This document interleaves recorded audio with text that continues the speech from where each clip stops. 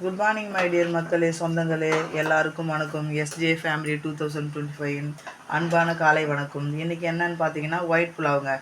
தேங்காய் பால் எடுத்து அதுலேயே அரிசியை ஊற வைக்கணும். 3 டம்ளர் அரிசிக்கு 6 டம்ளர் தேங்காய் பால். வெஜிடபிள்ஸ் உங்களுக்கு பிடிச்சது எதாவது வேணால் போட்டுக்குங்க.